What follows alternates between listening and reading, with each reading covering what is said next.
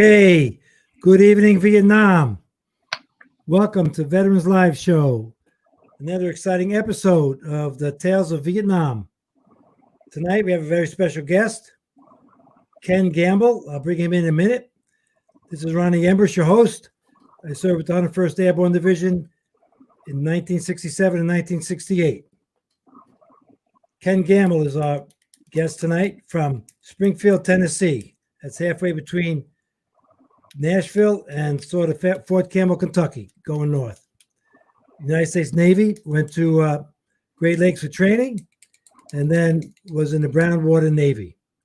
So right now, we're going to go to our photos section.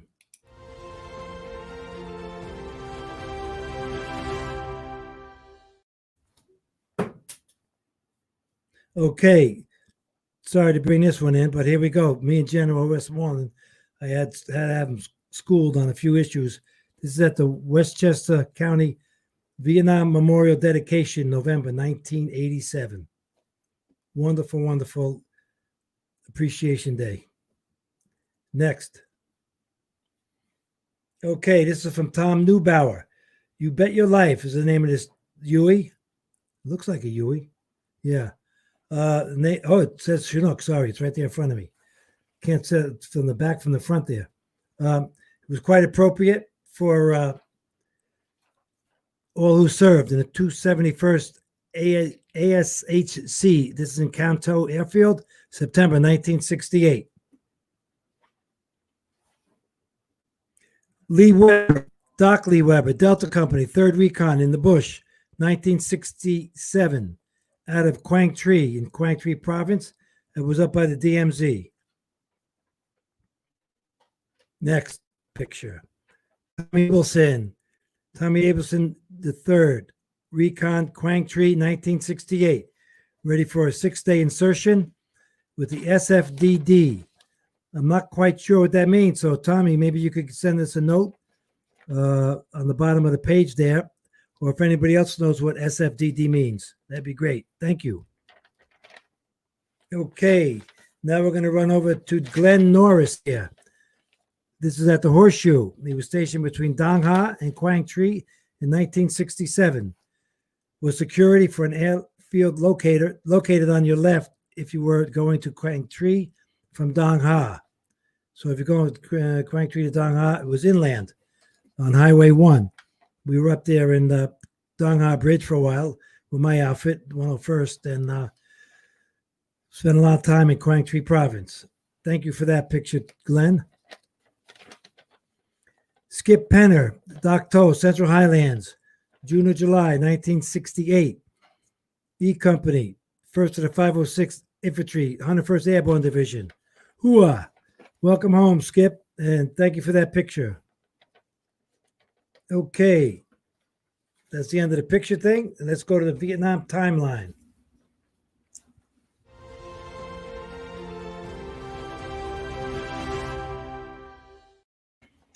Okay, Vietnam timeline. This date in December 16th, 1965, General William Westmoreland, who you just saw, commander of U.S. Military Assistance Command in Vietnam, sent a request for more troops.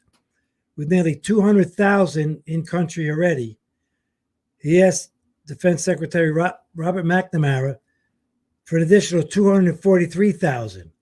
He actually more than doubled the troops by the end of 1966. All right. Well, number one song of December 16, 1965 was Turn, Turn, Turn by the Byrds. December 16th, 1962, Henry Kissinger announces at a news conference in Washington that the North Vietnamese have walked out of the ongoing private negotiations, peace talks in Paris. And the number one song in 1972 on this date was Me and Mrs. Jones by Billy Jones. There you go. Okay, let's move on. Let's bring our guest into the studio. This is Ken Gamble from Springfield, Tennessee. Ken was in the United States Navy and has a wonderful project going that could really blow your mind. We need a lot of support for this thing. He's founder and president of the Orange Heart Medal Foundation, 501c. C3. C3. Okay, so that's it. C3 charitable organization. He was in the Brownwater Navy in Vietnam from 64 to 66, and an amphibious landing ship tank, or LST. Carried troops, but didn't have guns on the ships for some times, he says. Tell us about that, Ken, with no guns. Well, I mean, we were there in '64, and it was police action. We had guns, we just couldn't use them. Okay. They were in the armory. They just wouldn't let us have them because it was police action. You guys in the Army knew, you had guns, but you couldn't shoot them until you were shot at. That's true. From I what I couldn't believe that understand. order. That's one thing I did not understand. That was absolutely nuts. You could see a person in black pajamas running across a rice paddy with an AK-47 in their hand, and you couldn't shoot at them until they shot at you. That's exactly right. Okay, thank you for the politics. All right, here we go. Ken, Vietnam veterans that have Agent Orange condition get sent a medal that was designed by Ken, and it's sent to vets at no charge. So you got to get on board with this if you had it, and if you still have it, it's really sad. But hopefully you recover, and if you know anybody else or a family member of some family, I mean, and they have passed, get one for them as well. The shipping will be taken care of with that. Here's a patch of the organization. There we go. Let me put this straight up there. How's that? Hey, let me get two hands on here. This is two. Whoa. Here we go. Boom. There you go. Look at that. Actually, that patch was designed for the memorial that we built. Right. Look at that. And it was handed out at the dedication. That is unbelievable. Okay. Next. They wanted to design it a little different from the Purple Heart, which is very nice. The other things is they had a law passed in the state of Tennessee. And Tennessee is the only state that recognizes the medal that they have. The goal is for nationwide medal recognition this year. So talk to your congressman or your senators or whoever you can and tell them to get on board with this Orange Heart Medal Foundation. And then in one more minute, we got one here, and it's made law alongside a doctor who knows a lot about AO, which is Agent Orange. Law went through with zero opposition in 18 days, and they also got a $25,000 grant. Tell us about your project, Ken. Well, it all started with the medal. I was in the VA hospital with internal bleeding after 46 sessions of radiation and 2.5 years of shots in the stomach. 5 years later, I got internal bleeding, went to the VA hospital, and I'm laying there in bed and I'm wondering what in the heck can we do to help these guys get the recognition that they deserve and honor them. Well, as I lay there, I'm thinking, we'll never get a Purple Heart. So I said, why not an Orange Heart? So I had a piece of paper. Very good. Very classy. And I started sketching it, and I sketched out the medal. Then when I got out of the hospital, I got a buddy of mine to help me on the computer to perfect it, get it made. Well, in the meantime, I was looking for somebody to make this medal, and it took me about 6 months to get anybody to make it. People just would not touch it. But I finally found it. And so I was applying for a 501c3 charitable organization. That came through, okay? When I got the medal produced, I got it trademarked through the system. And I thought to myself, well, these guys have paid for this with their lives. Why would I charge them? I couldn't do it. So I send these medals out. All they got to go do is go to the website, click click on the application, fill it out, hit submit. It comes to my computer. I pull it off. I'll pack a medal in a envelope, shoot it out to them. How many have you sent out so far, Ken? $5,000, 5,000. 5,000 medals already out there. Wow, that's very commendable. Yeah. Now this first, like I'm talking about at the beginning here, every bit of the money come out of my pocket. Okay.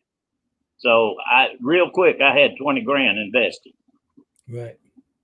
And when I went to fill my taxes out, the CPA said, "Do you want to get this money back?" And I said, "Why would I want it back? It's gone to one of the best causes that I could ever think of." And since then, I've got some grants and things have helped me along the way, and we're doing all right with the foundation now. So we got the law passed. I've got the medals. I still send the medals out. And if anybody out there is a Vietnam vet that's suffering from Agent Orange, any of the conditions on the VA list, just go to my website, small letters, orangeheartmedal.org, and just get the application, fill it out right there on the website, and just hit submit. And I will definitely send you an Orange Heart medal. Orangeheartmedal.org. We'll run that back on a little bit later as well. So this is now it says here that Vietnam veterans can lay their ashes at the memorial if they want to be with their brothers. How do they go about that? The family or friends? To get their name on the memorial? Yeah. Okay, what you do there is, there again, go to the website. Okay, right beside where the medal application is, there's a form that you click on the page there on the right side, and that takes you to the form to fill out to get your name on the memorial. Okay. What about the ashes? What about the ashes? Okay. Once you fill out that form, now, of course, we ask for a $150 donation to put your name on there. That's the way we're paying for this memorial. Sure, yeah.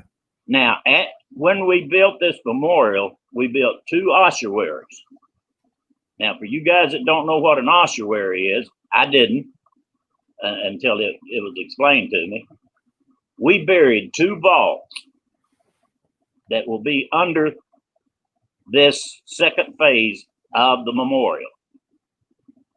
We've got 6-inch pipes running up to ground level with them capped off. Any Vietnam veteran or any Vietnam veterans' family members that want their ashes at this memorial, they just bring them, disperse of them. They'll be with their brothers and sisters, and that memorial will serve as their headstone because their name will be on that memorial. Gotcha. That's pretty cool, really. Now, this is the biggest thing that sort of bothers me and kind of like really upset me when I first heard it. That you have had no support from the National VFW or the American Legion. None whatsoever, or from the VBA or the DAV. Are you kidding me? No national support from any of the organizations. Now, local support, we've got a great bunch of VFW members, American Legion members. Sure. We get local support. I know what national means. Yeah, I know what national means. I'm a member of everything you just mentioned. So, I have tried 3 times to get the National VFW involved. They will not even talk to me. Well, I'll tell you what, we're going to put a shout out to anybody in the neighborhood, guys out there, you Vietnam vets that are listening, or the family members. Contact your local American Legion or the VVA, Vietnam Veterans Association, or the VFW, Veterans of Foreign War, or AMVETS. And which one did I miss here? American Legion? Well, that's about 4 or 5 of them. And ask them, DAV, right, Disabled American Veterans, we support them. I mean, they were asking me I just rejoined, again, 3 of them in the last month or so. And I throw them like $40, $50 a year, whatever it is, to do that. Heck, if they threw $5 grand, 10 grand in there, that doesn't mean anything. You know what I mean? It's Well, 1,000 membership. I Big can deal. tell you what, the last time that I asked for help, they told me to go to the Small Business Association. Really? Really. Okay. You know something? I got the idea there. I'm going to write them tomorrow. In fact, they're going to probably get my phone call before the mail because for the VFW, I just mailed the check yesterday, and so it'll be 2 days. Okay, let's move on. In the future, you'd like to see some scholarships from second and third generation family members that have the AO thing? What I'd like to do after Yeah. we get, now we're never going to get through with this memorial because we're going to do it in phases. As long as the guys want to put their names on there, as long as the widows want to put their husbands on there, we're going to keep adding phases to this memorial. Right. Okay. So it's never going to end. I will end before the memorial does. I guarantee you. But Yeah, I hear you. Yeah. what I want to do with this foundation is if we get enough grants or we get enough money, I would love to get some second and third generation Agent Orange children some scholarships to help their families out. How much do you know about the hand-me-down of AO with the second generation or third generation? Okay. Right now, I got connections at Vanderbilt University. Okay. I've got 2 doctors over there that are doing research on dioxin. As of last year in February, they were into the 5th generation. 4th generation for males, 5th generation for females. And That's how far it had come. And it still Now, carries on, lineage. I talked to Paula Austin just recently this week, and I asked her if they were still doing the research, and she said yes, but this COVID has cut them off from getting the sales that they need. Right. Yeah. And yeah. but they will start back up just as soon as this is over with. Yeah, I mean, where's the priority, right? Okay, the Right. kid's got Agent Orange, or somebody's got COVID. Yep. You tell me. Pick one. Okay. So tell us a little bit about your service, Ken. What kind of service did you Well, get involved with? In like you said, I was in the amphibious Gator Navy, as we were tagged. We started out 64. We were carrying troops in. We were carrying Marines in. We were carrying soldiers in. We were carrying CBs in, Chulai, Da Nang, all up and down the coast. Okay. Scariest I've ever been was when we pulled into Chulai on the 4th of July, and I was seeing the fireworks. Right. I just couldn't, my sea detail station was on the forecastle right up there at the very forward peak of that ship, right under those 40 millimeters. And I just couldn't, I just asked myself, what's a damn old country boy from Springfield, Tennessee doing over here in this foreign country?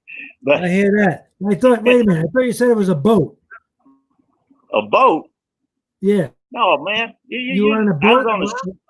I was on a ship. Boat or a ship? What is it? A ship. Yeah, there ain't no such thing as a boat. What's a PT boat?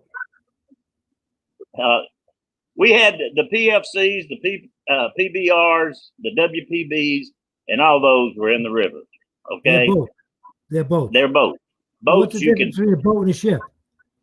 A boat you can bring aboard a ship, but a ship you can't bring aboard a boat. So you can put a boat on a ship, but you can't put a ship on a boat. Exactly. All right. Thank you for clearing that up. So I'm sorry. So you were like doing LST runs from what troop carriers, ships? Well, if you ever watched any World War II movie, yeah, with the netting on the side of the boat. Yeah, I got you. Okay. Yeah. If you see that ship that comes in with the bow doors open, right. comes in with the mouth wide open, Right. that's an LST. Yeah. Right. You got you. Okay. All right. So tell us And about yeah, tell us about your weapons in Vietnam. okay. Like we were talking about earlier, we didn't have any weapons that we could carry in 64. In 65, it was a different situation. Of course, we had twin 40s, two twin 40s aft. We had single 20s, millimeters Right. forward. And we had 50 caliber machine guns mounted on the second level of the ship, midship, and forward. 50 cals on both Wow, you sides, got a lot of forward and aft. firepower, man. A lot of firepower. Yeah, lot of well, firepower. and then we had M14s, we had Thompson machine guns, and naturally your 45s. Wow, check that out. That's You know, pretty good. of course, we tried to stay in the middle of the rivers. All right, so tell me about having no downtime, no R&R. Never had no R&R.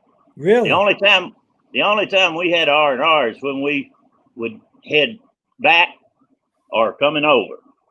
Now we would either stop in Japan or we would stop in Hawaii, and the only liberty we would get in Hawaii was like 4 hours while we refueled, and we would usually go into the sub base until they told us not to come back. That's pretty strange. You say the only people that say liberty are Navy guys. It's like you're like locked up.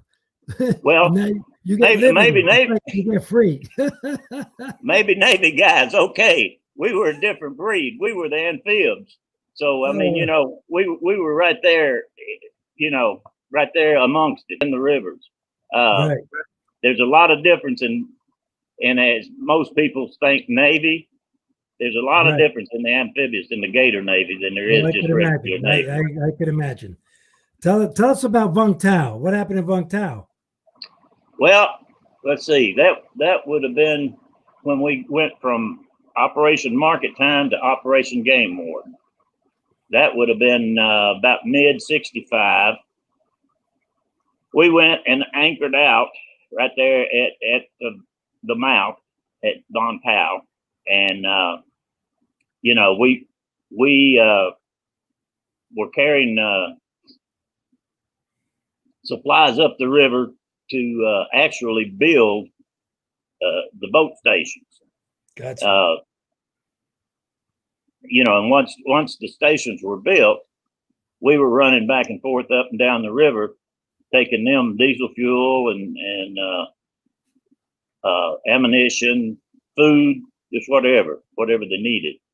We would tie up at some of those boat stations sometimes, and we would have to set the guards, because if you've ever been in the rivers, you'll see a lot of vegetation floating down those rivers, and the VC were famous for getting in that vegetation and trying to get over to the hull of the ship and put a mine on it. Right, gotcha. Okay. So we would post the guards, like I say, with the M14s. You see anything floating down that river, you shoot it. It didn't matter what it was. Gotcha. You shoot it. So you didn't have any downtime in Vung Tau either, right? No, I never. The only time my feet hit the ground in Vietnam was when we would just completely be wore out, and we'd go down to Rec Locker and get a football or a soccer ball or a baseball, and then we would beat that big joker on the bank. And little did we know at the time that the clearing that we were rolling around in was because of Agent Orange. Oh, wow. Yeah, okay. I mean, at that time, we didn't have any idea what was going on. You're right. Yeah. So we'd get out there playing football. Well, flag football was not for us. We had to bump heads and get a little energy out. Yes, get a little frustration off of yourself. I got you. Yeah, funny about Vung Tau, you mentioned that. I had an in-country R&R there, and it was quite a nice place. It's amazing. It's a weekend off. It's like a Memorial Day, like a three-day weekend. You get in country. But when was it? When was it? Oh, this is 68. Yeah, see, that's 3 years later. Yeah, right. Everything. See, Go ahead. like July, Da Nang. When we pulled in there was nothing. Right. Nothing. Yeah. Not a And thing. down there was a big resort town. In fact, I met Yeah. I met a buddy of mine called Herb Udis, walking out of a massage parlor in Vung Tau. It was like a guy from high school, you 12,000 miles away from home, and you're meeting some guys, you know. It was like funny. I'm sorry. That was like Vung Tau. I'm glad we could talk about Vung Tau because Yeah. it was a regular place. Seemed like pineapple on a stick, plenty of cold beer, beaches. You put these leis around your neck like you're in Hawaii, the whole deal, and it was fun. So, Well, I'm sorry you I didn't can get any tell- free time. I can tell you, me and 3 buddies of mine was headed back to Vietnam this year. Right. We were going. We wanted to finish up the movie that we've been working on for the last 3 years. We wanted to end it in Vietnam. So we were going to go. So I did a lot of research and a lot of looking and what have you of the different places, you know, on the internet. Right. I couldn't believe it. I could not believe it. Of course, this COVID cut our trip off, but Oh, for sure. but so we're taking a different trail for the end of the movie. Hopefully, we'll get it out this spring. All right. Well, Ken, I'd really like to thank you very much. And anybody you need or would like or would need to contact these people or just like to contact and or donate, contact them at the orangeheartmetal.org. That's orangeheartmetal.org. Thank you very much, Or- Ken. Let me give my email address. Okay, go ahead with that. All right, it's Ken Gamble 68@gmail.com. Okay, Ken Gamble 68@gmail.com. Yes, all Okay. small letters. All right, hang around a minute. We have a question and answer session coming up. Sure, And be glad to. Yeah, you got it. Okay.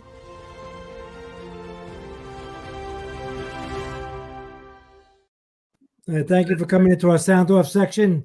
We got a comment or a question?